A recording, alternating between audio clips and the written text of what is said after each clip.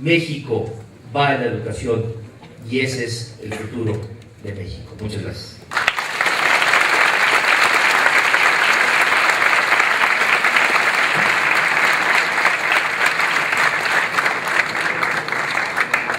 Bien, estamos en el proceso de algunas intervenciones por escrito. Si hay alguna, por favor, enmiendas, si son tan amables, las edecanes, para que en estos 15 minutos que tenemos se pueda dar lectura a las más posibles. Si quieres, Araceli, te doy 3 o 4 preguntas que hacemos por ahí. ¿Quieres uno?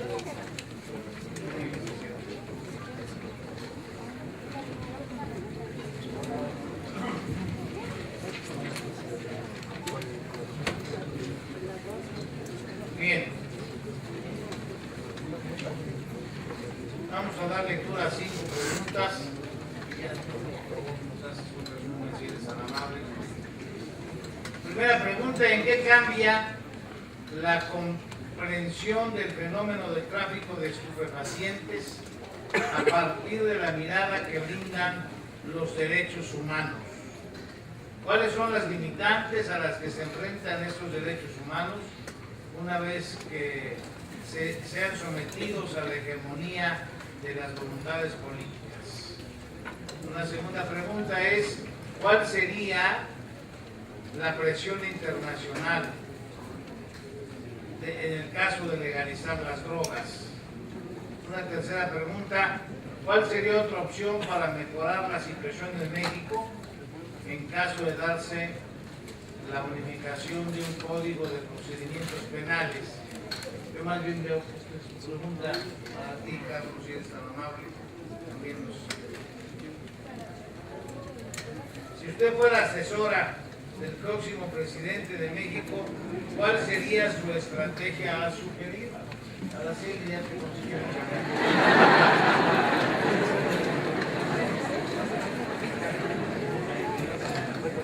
¿Cuál cree que sería el mejor método para la legalización de las drogas? ¿Cuál sería la percepción española acerca de México en cuanto a las drogas y cómo es actualmente después de declarar la guerra contra las drogas? De inicio serían estas las preguntas, espero algunas más, trataremos de rogar tu respuesta. Con eso se empezará. Bueno, vamos a la primera. ¿En qué cambia la comprensión a partir de los derechos humanos? Cambia en todo. Es que todo el prohibicionismo y toda la política internacional de drogas que sale en Naciones Unidas prescinde del enfoque de derechos humanos. En algunos países se están imponiendo coactivamente tratamientos de rehabilitación, lo cual es un sinsentido absoluto. Un sinsentido absoluto.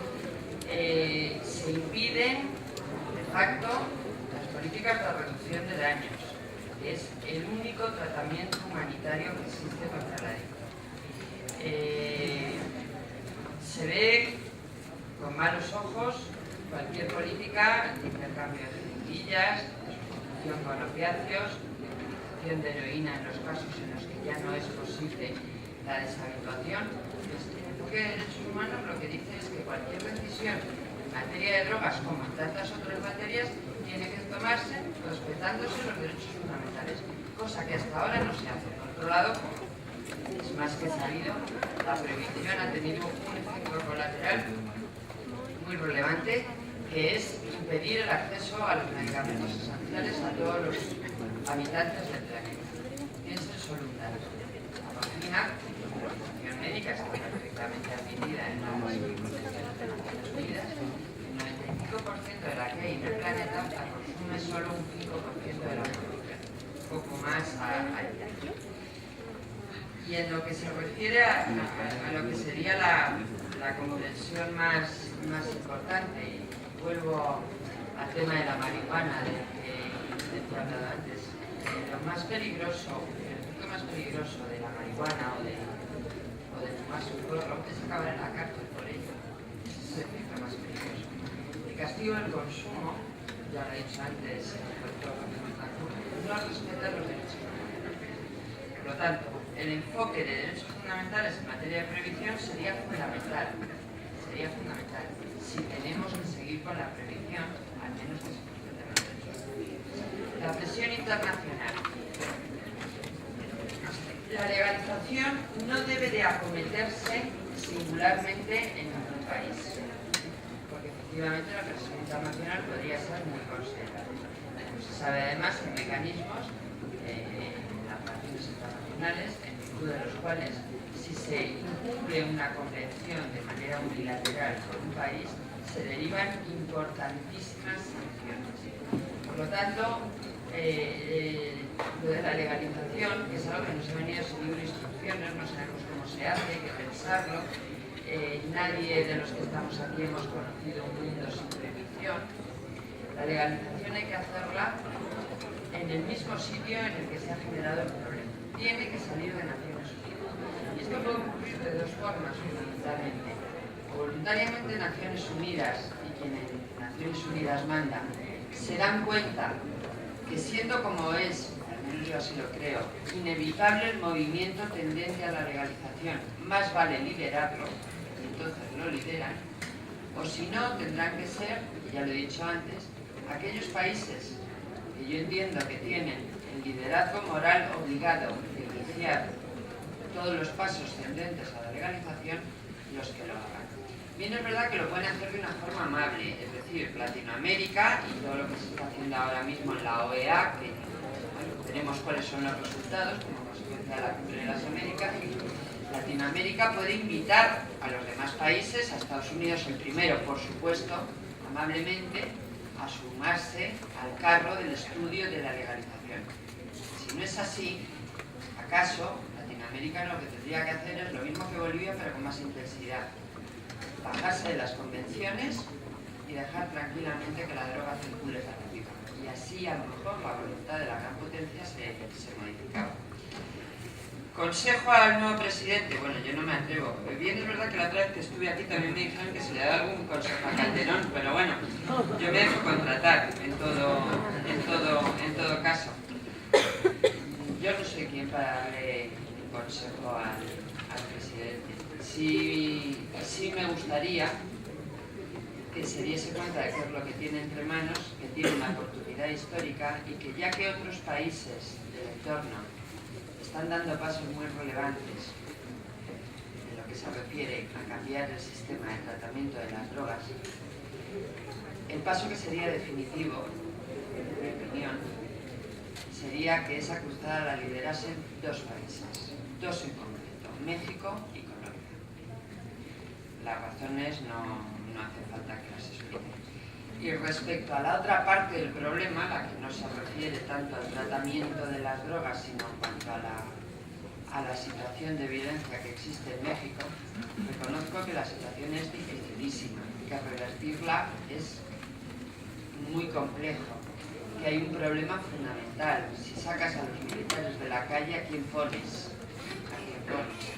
El problema de no tener un cuerpo que esté tan preparado como comprometido es un problema que no se soluciona ni en un año, ni en dos, ni en tres. En algunos países se ha acudido a cuerpos especiales, a cuerpos de capacitación militar, pero siempre de disciplina policial. Lo tiene francamente complicado. Ahora, seguir con cualquiera de las dos recetas que le han antecedido es una locura. Luego tiene que cambiar la receta. Pero bueno, yo quiero suponer que el presidente y quien le asesore será capaz de ver todo esto. Método para legalizar. Bueno, lo acabo de decir, la legalización nos viene sin libro de instrucciones, no tenemos ni idea, no nos podemos remontar a cómo se hizo la otra vez, cómo no, es que no lo conocemos. Y la experiencia del alcohol en Estados Unidos, la verdad es que no nos sirve. Sí nos sirve como filosofía, pero no nos sirve como patrón, porque el alcohol, tengan en cuenta que era la única droga que socialmente no provocaba ningún problema. Luego nadie entiende cómo empezaron a prohibir por el alcohol, cuando tenían que haber, en este caso, empezado por otra. Entonces no nos sirve como patrón. También les he dicho que la única ventaja que tiene la legalización es que admite muchas soluciones dentro de sí. Igual que la prohibición no admite nada más que una, se prohíbe todo y se acabó. La legalización admite muchas. Por no referirme a países, sino a sustancias, yo soy de las que cree que habría que ir a un sistema de diferenciación de sustancias. La marihuana, la primera en legalizarse, además de manera escalonada, la primera porque no requiere prácticamente aparato de reducción de daños, porque no tiene grandes problemas. De acuerdo que se puede reconocer algún caso de consumo problemático, pero muchos más consumos problemáticos genera el alcohol o el tabaco, sin lugar a dudas. Y como ya les he dicho, y lo creo realmente, el efecto más grave de la marihuana es que te encarcelen por fumarla. Yo empezaría por la marihuana, la sometería a un régimen muy parecido al que tienen la mayoría de los países el alcohol y el tabaco. Después iría con las drogas recreacionales. Bien, es verdad que habría que hacer prueba-error, porque somos novatos en esta historia. El capítulo de las drogas recreacionales tendría que aprovechar para hacer algo muy importante, y es sacar del mercado todos los venenos que ha generado la prohibición. Es decir, intentar que la cocaína no estuviese acompañada de crack, paco y bazuco, por ejemplo. Y lo mismo lo digo respecto a otras drogas. Reconducir la libertad absoluta en la que se mueven las drogas de síntesis, que no las controla absolutamente nadie. Es decir, reducir el mercado, en definitiva, y controlarlo. Respecto de la heroína, mi opinión es que habría que medicalizarla. No restringir su consumo, no, sino medicalizarla. Las experiencias que se han hecho en algunos países europeos de mantenimiento de heroinómanos con heroína, no con metadona, con heroína, han dado unos resultados excepcionales. Se puede estar 20 años consumiendo heroína, que si está pautada médicamente y en condiciones de salubridad, el sujeto no sufre ningún mal, más se sufre con el síndrome de abstinencia. Esa es mi idea. Otros dicen que no, que hay que legalizarlas todas de golpe. Bien, son opciones. ¿Cómo legalizar? La percepción española, no entendí muy bien la pregunta, la percepción española de la situación en México era, creo recordar, hombre, la española y la de cualquier otro lugar. Leer la prensa mexicana, yo los últimos 18 meses lo he hecho prácticamente a diario para preparar un libro, es la crónica de un error que no cesa. Es verdad que cuando acabé de escribir el libro dije, tengo que dejar leer la prensa mexicana un tiempo porque porque realmente, y ayer la cogí y volví a tener la misma sorpresa, 28 ejecutados el día anterior y 22 coches quemados impidiendo el tránsito. La percepción que se tiene desde España y desde cualquier otro país es que esta situación es absolutamente insoportable. Insoportable. Y lo que no sabemos es, no entendemos, es como a pesar de ello el país puede seguir siendo un país tan próspero. Insoportable y a la vez sorpresa, porque otros países han sucumbido ante una situación como esta. Yo creo que no tenía más preguntas. No, Araceli. No, digo de las que me has pasado. Hay 800 preguntas. Digo de las que me has pasado. Bien, la realidad es que vamos a leer algunas, otras son coincidentes, y les ruego de antemano consideren que el tiempo no es nuestro mejor aliado, pero al final les daré el correo electrónico de la doctora Araceli, no para que abusen, sino para que sean prudentes. Dice que la Unión Europea no tiene problemas con la situación de las drogas. ¿Cuál sería su opinión respecto a otros países como Rusia, Ucrania, Bulgaria, por citar algunos estados europeos? ¿Cuánto es lo que el narcotráfico diariamente es el beneficio que se tiene? Bueno, ya lo señalamos, creo que estaría sobrando, pero la menciono únicamente por si la doctora Araceli quiere agregar algo más. La legalización de las drogas sería como en el pasado el whisky, pues recuerden que ya también lo mencionó la doctora Araceli, mas no quiero que vayan a considerar que estoy limitando la expresión. ¿A qué paso se encuentra México para que la delincuencia organizada se establezca o se le señale como mafia? ¿Qué opina de la denuncia presentada en la Corte Internacional, ante la Corte Penal Internacional en cuanto al presidente de México por delitos de lesa humanidad? La eso es algo que también el maestro Carlos Cuenca puede dar su punto de vista, como mexicano que es. En materia de derecho, en torno a demostrar la culpabilidad, ya sea como portador, consumidor, tal parece que es inexpugnable, que garantiza realmente su inocencia, o cómo legalmente es definible esa condición, pues la mayoría de procesos, si no es que todos, se rigen por un arraigo de inicio. También creo que esta es tuya, Carlos, si eres tan amable. Porque aquí es que cuando en verdad comento en el extranjero que aquí hay una figura única en la galaxia, producto de una mente infernal, digna de una novela de vampiros, y les hablo del arraigo, no puede ser. No puede ser que los derechos humanos en México se pisoteen cuando hay una Comisión Nacional de Derechos Humanos. Y sobre esto prefiero que dé su opinión el doctor Carlos Cuenca, sin que evidentemente la doctora Araceli nos haga favor. Estoy de acuerdo en que la educación es la base del cambio en México, pero ¿cuál sería la manera adecuada para intentar, para incentivar a aquellos jóvenes que crecen en un núcleo familiar roto, en el cual el estudio y la educación no son la prioridad? Comentaba que no se puede acabar con las drogas y que debemos aprender a convivir con ellas, pero esto de alguna manera justificaría la realización de otros delitos. Habló sobre la legalización como solución a la problemática, y todo esto es para preguntarle dónde quedaría la prevención en sus tres niveles: primario, secundario y terciario. Al legalizar las drogas, doctora Araceli, implicaría ceder lo que hasta ahora ha sido un combate permanente contra la delincuencia. Bueno, pienso más bien que preguntes un punto de vista. ¿En qué forma se recuperaría el control si la opción en la que actualmente se mueve el tema de las drogas es sumamente grave y peligroso? Si en este momento jefes de mafias se enteran de lo que estamos hablando en este lugar, no es difícil que coloquen una bomba. Bueno.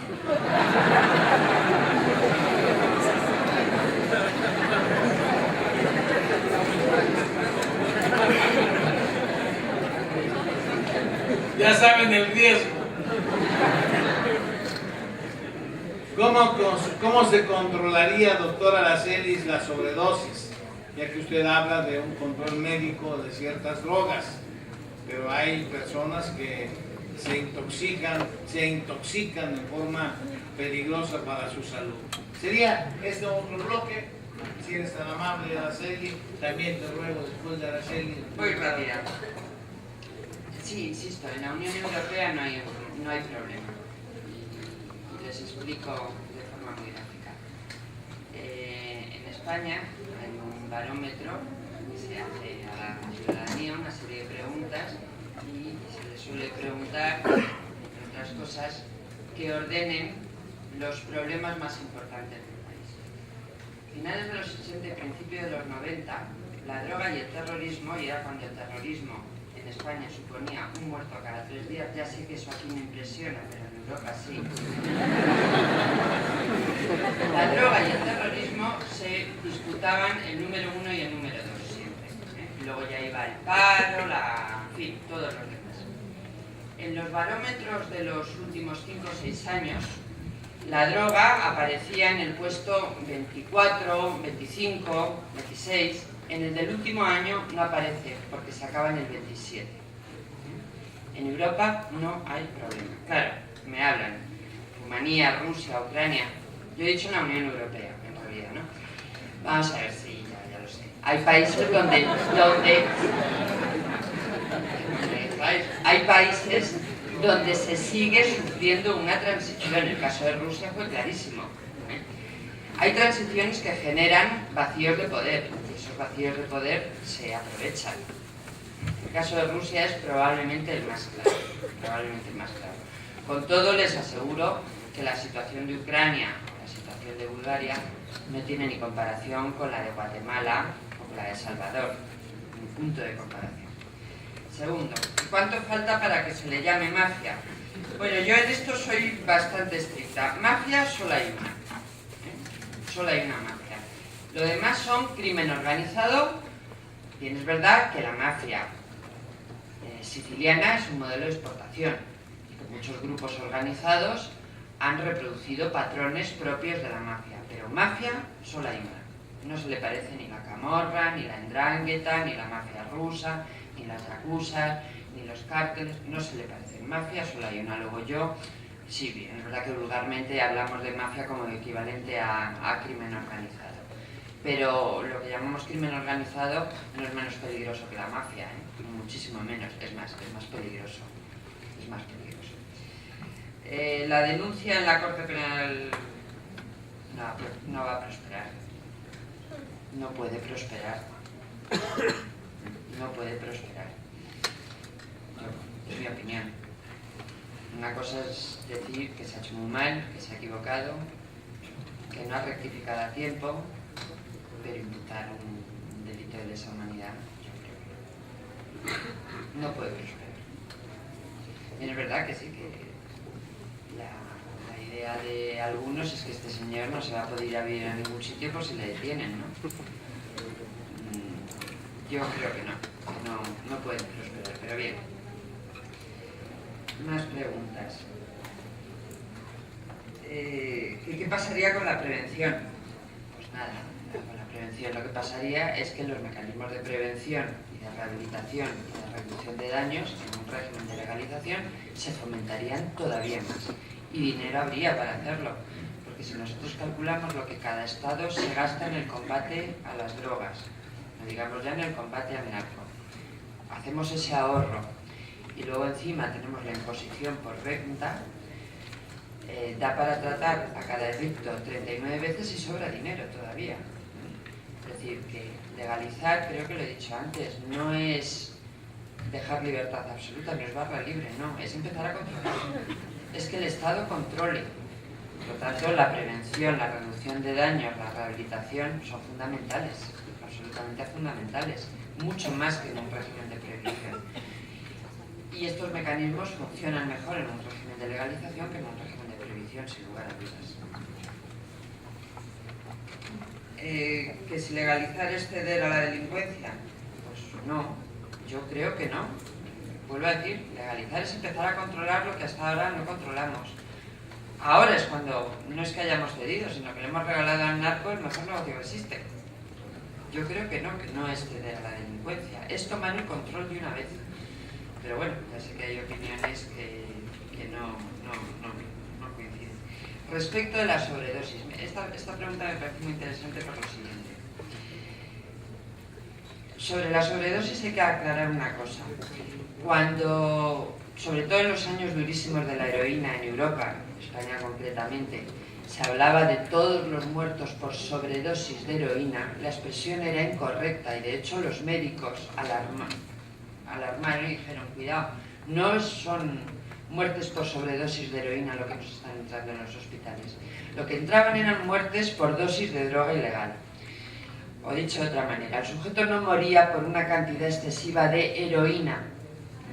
El sujeto moría por las porquerías que se mezclaban con la heroína. De ahí que los médicos dejaron de hablar de muerte por sobredosis y empezaron a hablar de muerte por reacción aguda. Pero por reacción aguda a la quinina, matarratas, a todas las porquerías con las que se cortaba la heroína. Y la prueba de que esa gente moría no de sobredosis de heroína, sino de dosis de droga ilegal, de droga prohibida, era que muchos aparecían con la jeringa todavía clavada, es decir, no les había dado ni tiempo a sacárselas, habían quedado fulminados en el acto. La sobredosis de heroína tiene un periodo largo en el que cabe la intervención salvadora. Cuando morían con la jeringa en el brazo es porque no habían muerto de sobredosis de heroína, sino porque habían muerto fulminados por una porquería de la heroína. Con lo cual, un régimen de legalización eliminaría muchos de esos casos que se han llamado sobredosis de heroína o muerte por reacción aguda, porque la droga que se vendería estaría controlada médicamente. Que aún así siempre podría haber uno que se pegase un atracón, también se lo pegan de vino. O de barbitúricos. Claro, siempre podría haber un riesgo, sin lugar a dudas. Yo no sé si tenía alguna más. Sí las hay, pero vamos a pedirle al doctor Sí, Carlos ahora. Cuenca que nos dé algunas respuestas, si es tan amable. Y el último bloque lo leo también con rapidez para no decepcionar a los amigos, maestros y alumnos. Gracias, maestro. Voy a empezar con esta pregunta en materia de derecho en torno a la demostración de culpabilidad, ya sea como portador, consumidor, y explicar por qué, o sea, el principio de todos somos inocentes hasta que se pruebe lo contrario, y finalmente lo del arraigo. En México tenemos que nuestras leyes, sobre todo las leyes federales, se han ido modificando de alguna manera para tratar de cubrir las necesidades que van teniendo en el sistema de procuración de justicia, más que de impartición de justicia, y el de impartición de justicia ha colaborado para darle los elementos a la procuración de justicia. En México tenemos el principio de que todos somos inocentes hasta que se nos prueba lo contrario. En el procedimiento anterior, en el tradicional, ante la presunción de la acreditación del cuerpo del delito y probable responsabilidad, tenemos que la persona tendrá que probar su inocencia. En el nuevo sistema adversarial, mal llamado de juicios orales, todos somos inocentes hasta que un juez determine lo conducente.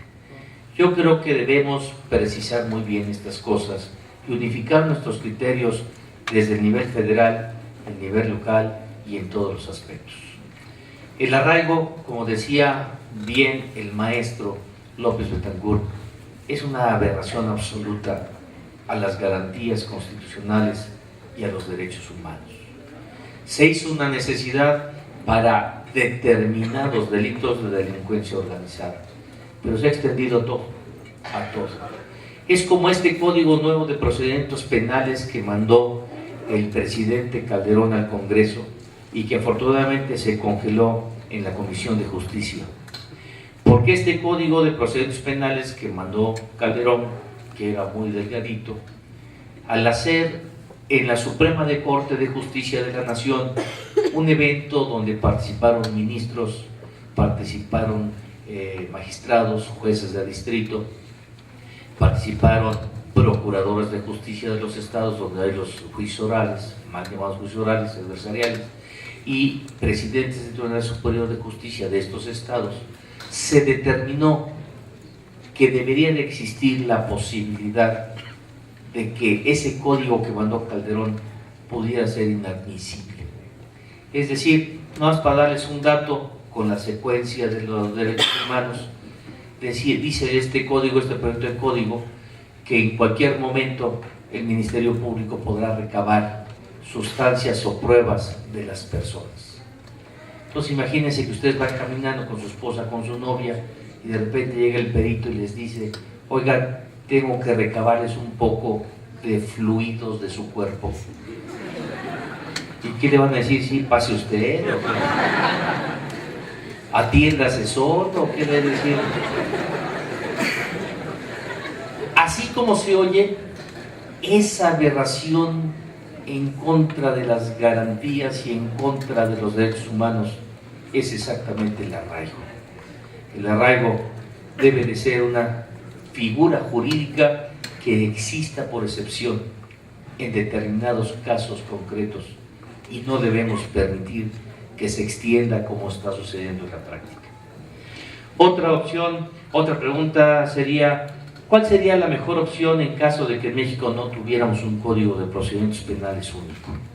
La opción sería un pacto federal, y ya se está estudiando la posibilidad.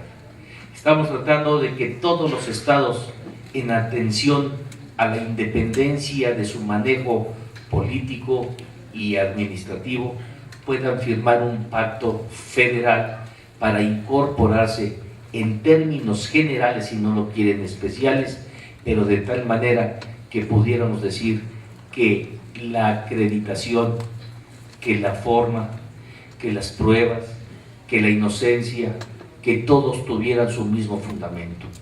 Recuerden que en materia federal es en toda la República. y esos estados donde se están produciendo esos juicios adversariales, lo único que están logrando es que sirvan de simples trabajadores de la justicia federal, y los litigantes saben por qué me refiero a ese tema. Los utilizan para notificar, los utilizan para lléveme este oficio, etcétera, pero de ninguna manera están logrando esa justicia que necesitamos. La opción sería lograr este pacto federal para que pudiéramos tener los mismos principios y operación de los sistemas de enjuiciamiento penal en México. Y por último, es la denuncia presentada en la Corte Internacional. Yo coincido con la doctora, es una vacilada, no va a prosperar y solamente la historia va a juzgar a Calderón. Muchas gracias.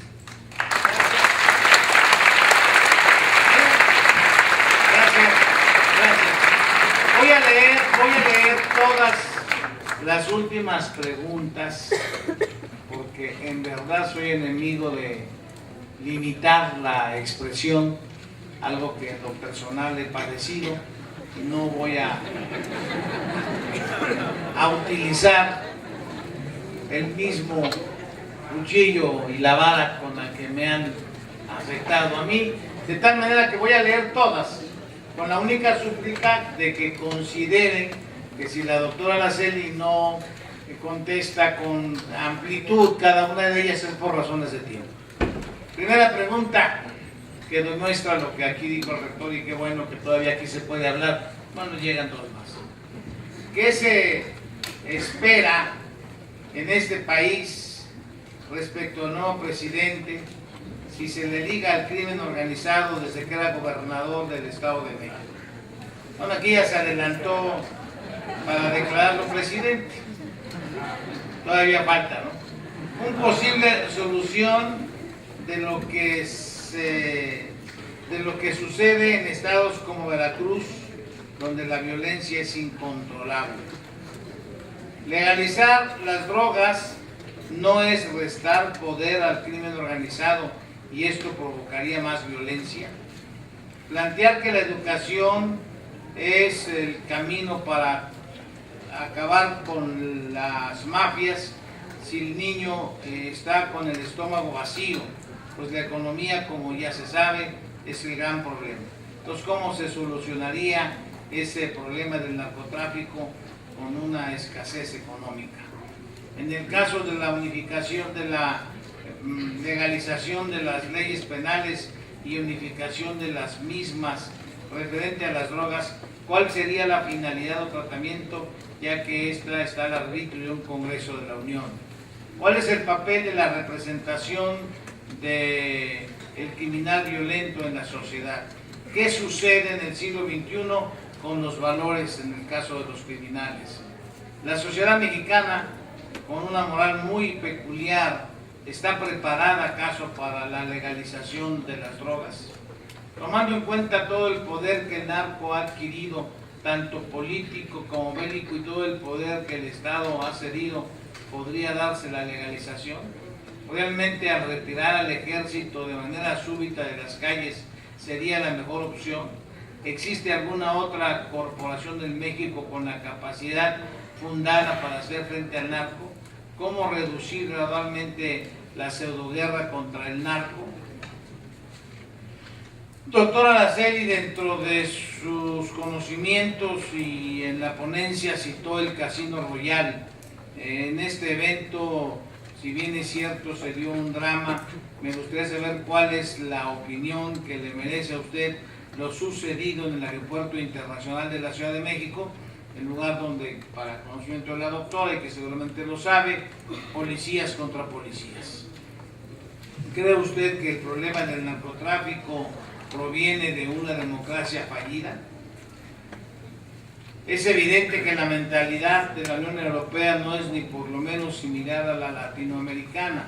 De manera concreta, con el caso de México, por ejemplo, ¿qué opinión le merece la sentencia de poco más de 20 años al noruego que asesinó a 76 personas? ¿Cuál sería el menoscabo, además del económico, para el sector político, dada la que cada vez más evidente relación de este sector, o sea, el sector político, con el narcotráfico? para el caso de que se diera la legalización de las drogas y cuál sería el beneficio para la población. Para hacer, si eres tan amable. Amplísimo y seguramente habrá un resumen. Gracias. Bueno, el nuevo presidente yo ya no digo más. Habrá que darle tiempo, como mínimo los 100 días de cortesía para que haga alguna manifestación. Las que ha hecho hasta ahora tampoco son muy significativas, para que haga alguna manifestación de la que se pueda sacar alguna pista. La afirmación de que legalizar no resta el poder al crimen organizado y genera más violencia, yo no la comparto. Bien, es verdad que no soy tan ingenua de pensar que si se legalizan las drogas desaparece el crimen organizado. No desaparece. Naturalmente que no desaparece. Se dedicarán a otros negocios. Pero al menos, que ya lo hacen, por otro lado, pero al menos se les priva del mejor de todos sus negocios, del más espectacular, del que les permite generar unas bolsas de corrupción que tienen destrozados a varios países y, lo que es peor, les permite acumular tantísimo dinero que pueden entrar en un mercado que es prácticamente inaccesible, sino que es el de las armas pesadas. Si no se trafica con drogas, no se pueden comprar tanques en el mercado ilegal porque nadie tiene tanto dinero. Luego, que no desaparecería el crimen organizado, sin lugar a dudas, pero se le quitaría su principal activo. Con ello bajarían los niveles de violencia. Al mercado, los niveles de violencia tendrían que bajar, pero sobre todo bajaría la capacidad corruptora. Habría menos dinero para corromper. De tal manera que yo no digo que la legalización sea la solución a todo, porque no es la solución a todo, pero sería un alivio muy considerable desde el punto de vista de la estrategia, no digamos ya desde el punto de vista de los consumidores, que en algunos países viven un auténtico infierno. Que la escasez económica dificulta cualquier medida tendente a mejorar la situación en la que se está ahora mismo. Pues sí, claro, evidentemente, sobre todo cuando en determinados lugares el problema además es el acceso al sicariato, la recluta de personas que no tienen oportunidades. Naturalmente, si se les da oportunidades, esas personas pueden no acabar en el crimen organizado. Y no ya digo solo el crimen organizado, la violencia. Piensen en los cultivadores. Cuando se habla de los cultivadores hay que tener en cuenta que algunos hacen un negocio fantástico, pero otros están en una economía de supervivencia. Es decir, o plantan coca o se mueren de hambre, no hay más opciones. No hay más opciones. La escasez económica, naturalmente, que perjudica o impide la toma de determinadas decisiones. Pero para empezar a ir pensando en cómo se legaliza y para empezar a poner los presupuestos ideológicos, no hace falta dinero. Es decir, eso se puede hacer incluso en época de escasez. ¿Qué pasaría con la retirada súbita del ejército? Yo no la preconizo, ¿eh? Yo no digo que ahora mismo, de hoy para mañana, todos los militares fuera. Esa es la gran dificultad. Esa es la gran dificultad, que no se tiene un cuerpo que genere la suficiente confianza, que no tenga que estar permanentemente purgándose por los exámenes y los test de confianza con los resultados que provocan, que a veces son unos resultados tremendamente contraproducentes, porque a veces que, claro, se hace una limpia en un cuerpo policial de un determinado municipio, se echan 90 policías por falta de confianza y la conclusión es que esos 90 que estaban en dedicación compartida en el municipio y en el narco se pasan en dedicación exclusiva al narco, o sea que es muy difícil. No, yo no preconizo la retirada súbita del ejército, semejante vacío. Había otra que no recuerdo muy bien, relativa a si esto era una democracia fallida. No, fallida no. Tampoco yo he dicho que México sea un estado fallido, si es lo que hay que interpretar, ni tan siquiera un estado débil. Yo creo que México ha equivocado la estrategia, pero ni es un estado fallido, por supuesto, ni es un estado débil. Tampoco es una democracia fallida. Bien, yo no sé si quizá que mejor lo definió fue Vargas Llosa, ¿no? Una democracia imperfecta, quizás, no sé, pero fallida no. Fallida en mi opinión no. Y sé que me deja alguna, pero... Bien, sin duda hay varias. En lo personal, solamente también un punto de vista, dado que fue parte de mis palabras en relación con el ejército, pero debemos de considerar con mucho cuidado cualquier solución que se tenga que tomar. hacerlo sobre las rodillas o simplemente pensar que hemos encontrado la solución mágica a un conflicto tan grave es un acto de irresponsabilidad. El tema de las drogas, como otros que aquí se comentarán y aún algunos más que faltaron, tiene que ser motivo de análisis. Lo más lamentable es que este simposio quedara aislado, que no continuáramos con seminarios, que no continuáramos con talleres. Hay mucho interés y pienso que en esta facultad se tienen que realizar trabajos de fondo, escuchando. No se trata, insisto, de tomar una solución mágica, el ejército se va. En lo personal siento que no fue la solución, pero tampoco escapa a mi punto de vista que en algunos sitios se ha vuelto indispensable y hasta bien visto. Esto es grave, porque cuando se ha tenido que llegar a considerar que el ejército es la solución, es como cuando alguien se tiene que apoyar en un clavo ardiente, porque no le queda otra. Ese es el problema, porque tenemos que subsistir en ese ámbito de violencia del ejército. El ejército no pregunta, no dialoga, no interroga, no está preparado para esa relación con la población civil. Por eso la Constitución es sabia, por eso prohíbe que el ejército salga de sus cuarteles en tiempo de paz. Una paz entre comillas. Bueno, lo que Calderón debió de haber hecho, siendo abogado, es modificar, como han modificado tantos preceptos constitucionales. ¿Por qué violar la Constitución? Es algo inexplicable. Pudo haber dicho, en momentos difíciles como lo marca un precepto, se tiene que usar al ejército que no está capacitado. En lo personal he vivido su agresividad, porque ellos no preguntan, además son impreparados, es bien cierto, los niveles de consideración a nivel de oficiales tal vez tengan la capacidad, pero el soldado raso, ese soldado reclutado en las peores condiciones, de una ignorancia manifiesta, lo detiene a uno en la carretera y no les importa nada, no saben de qué es la Constitución. Cuando yo he pretendido dialogar con ellos, es más fácil hacerlo con un gorila que con ellos.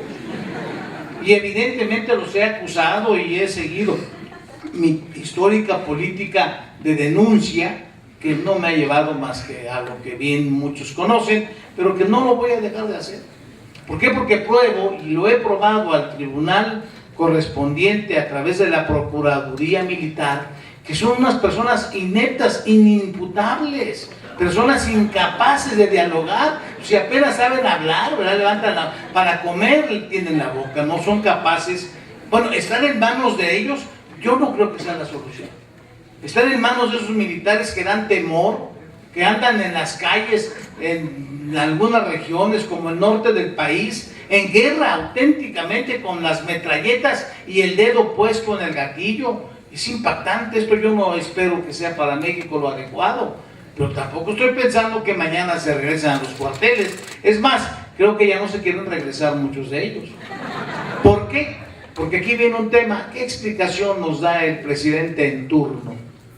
Son de turnos, tiene su turno Calderón. ¿Qué explicación nos da de que altos mandos del ejército en este momento estén sujetos a proceso o por lo menos a arraigo? Volvemos a la figura. Cuando uno de ellos era subsecretario de la Defensa Nacional, cuando el secretario de la Defensa Nacional de Miguel de la Madrid estuvo boletinado en Estados Unidos como uno de los grandes narcotraficantes del mundo, y era deseos de Estados Unidos detenerlo. La muerte se apiadó de él y se lo llevó. Pero en fin, el tema para mí no es así de una solución, ya que se vayan a su casa. No, eso no es así. Vamos a considerar opciones, y lo que más buscamos es que este simposio solo sea el detonador de lo que tenemos que hacer aquí en la Facultad de Derecho: estudiar, crear un seminario concretamente del tema de las drogas, de su legalización, profundizar en ello y no solamente que esto, insisto, quede como un evento aislado. Por eso le pedí al rector que nos siga apoyando, porque hay muchas cosas más que hacer y mucho más las que reclama el pueblo de México. Quiero agradecerle a la doctora Araceli, al doctor Cuenca, la bondad con la que nos han dado esta extraordinaria charla, esta extraordinaria conferencia de altos vuelos, y por supuesto a ustedes que nos han obsequiado con su presencia. Muchas gracias. En 3-4 minutos continuamos, porque si alguien desea retirarse o tiene compromisos, también le agradeceremos. Consideren que lo más indicado y la forma más agradable para quien imparte una conferencia es que quien se mantenga lo haga durante todo el proceso de la misma. Pero para todos ustedes en esta primera parte de nuestro simposio, gracias, y solo tomaremos unos 2-3 minutos para el acomodo del presidio. Muy amable.